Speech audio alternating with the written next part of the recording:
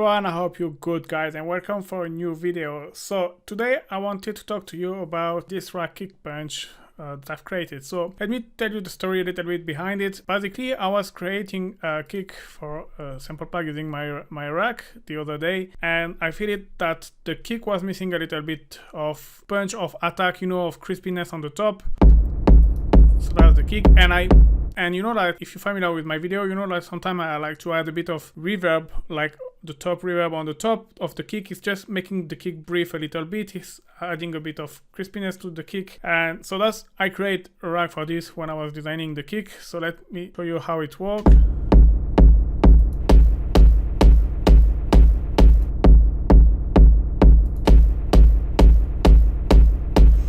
Yeah, basically it's just helping the kick breathe a little bit more, and sometimes when you're working on the track, it can help to make the kick cut through the mix, and it's kind of making the kick fitting a little bit more in the track. So obviously that's not a rack you're gonna use all the time. Sometimes you will get a kick from a sample pack, or you will layer and it will already be good like this, but sometimes it can happen you like the kick but you feel it's missing a little bit this mid-high range to really cut through the mix, and sometimes EQ compression are not just enough, and that's why I create this rack and I use it to design my kick. But I had another example where I wanted to show you, and it's actually a perfect timing because there is this track of mine. Basically I sent it to a label and they accept the demo, and then when I sent the pre-master, they told me the kick is missing a bit of punch, and I was like, okay, let's try to use the rack I create for my sample pack. And basically, so that was the kick,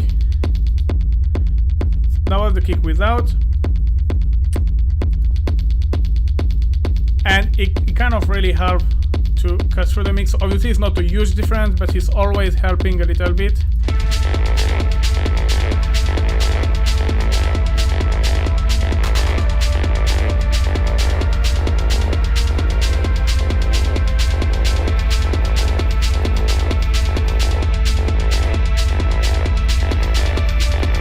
It's a bit too much, but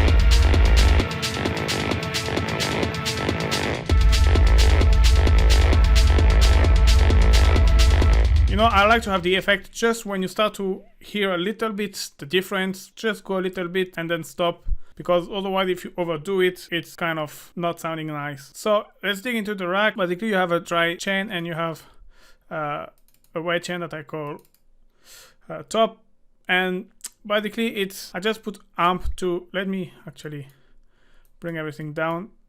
It's very easy chain. It's amp and EQ to filter the signal with a local high pass filter, and a bit of reverb with a short decay time, and here is just bass mono but utility. The idea is really like to get this. I'm gonna solo this one actually and you're gonna understand. So that's the wet signal. That's what I wanna emphasize. So I grab just the top of the kick, and then I apply a bit of saturation. You see, you can obviously change different kind, but I like the clean one. It's just to add a little bit of crispiness, and then I put a reverb and I put a little bit of reverb. So same, the reverb is like, it has to be very subtle. You have to hear it without really hearing it. And same with the, I don't want a too long decay because the point is not to, I would say like I'm not using the reverb really as a reverb to place my kick in the mix. It's more like to give, what I say, make it brief. I don't know, it's just like sounding less dry, if I can say so. And it's fitting well with the overall, with the rest of the track, let's say. So around 600, you can even go down. It really depends. And yeah, that a bit of,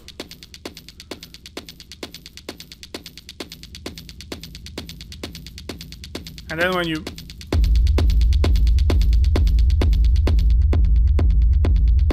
can really adjust and blend. So like I say, I like to when I just start to hear it. So obviously you need to put on the whole mix to really hear, but obviously here is too much.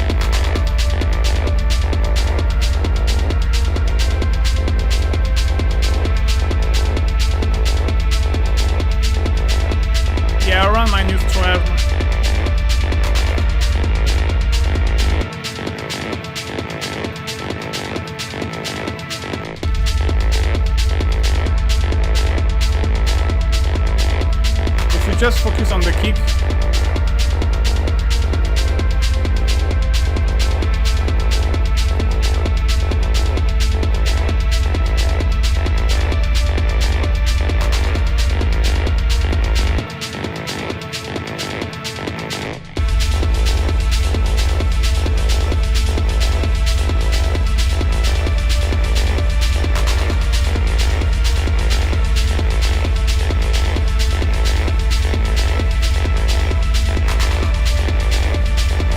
So it helped the kick to be a little bit on the front and to fit better in the mix. But then I found it like was not enough, because I like my kick very low and kind of subby, and but I realized that for this track was a bit too much. That's why they say like my kick didn't have enough punch.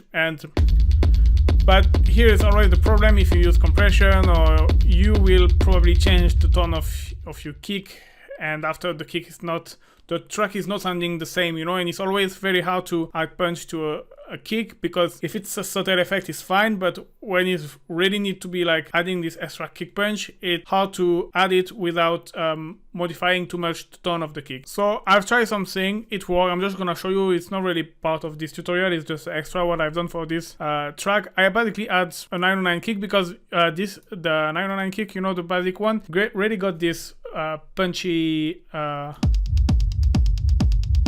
I don't know how to say, like, got a really nice punch by default. And so luckily I added and it worked. You see, I didn't ever have to pitch. It worked like this. It might not work for all the track, but in this case it works, so it was trying. Sometimes maybe if you have the same problem than me, like your kick was missing. So yeah, that was without. If I put. Okay, and when I add the 909 kick,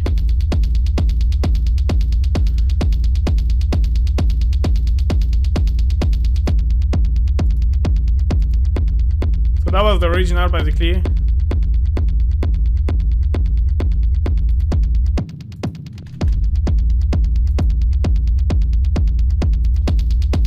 And that was the one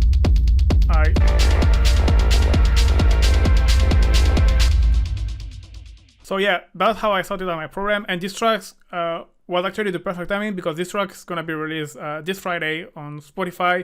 We put the link in the description of my artist page if you wanna follow me on Spotify, and the other release on Beatpro and all the other platforms will be 2 weeks later. But yeah, I thought it was a good moment to show you this kick punch rack, because like I said as well, next month I want to show you how to create your own kick from scratch with my rack kick designer, like how to create this kind of very hard hitting industrial techno kick. And for most of them I use this kick punch rack, so I needed to show you. Just one thing I've done, as you can see, I didn't talk about, is the Offbeat. I had this function, you can see on the V1 was not, I put it just in case. It's basically gonna bring the reverb Offbeat, and you can get a nice Offbeat effect, a bit like on the industrial kick rack. So obviously you have to be dun dun dun dun dun dun dun dun. It's kind of putting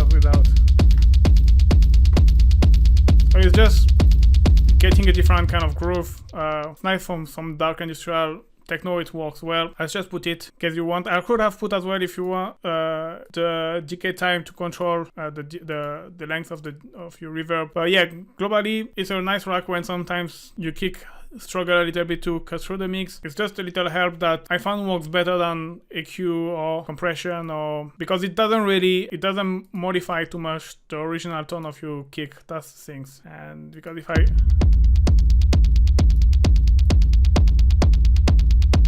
could have tried to do something like this, but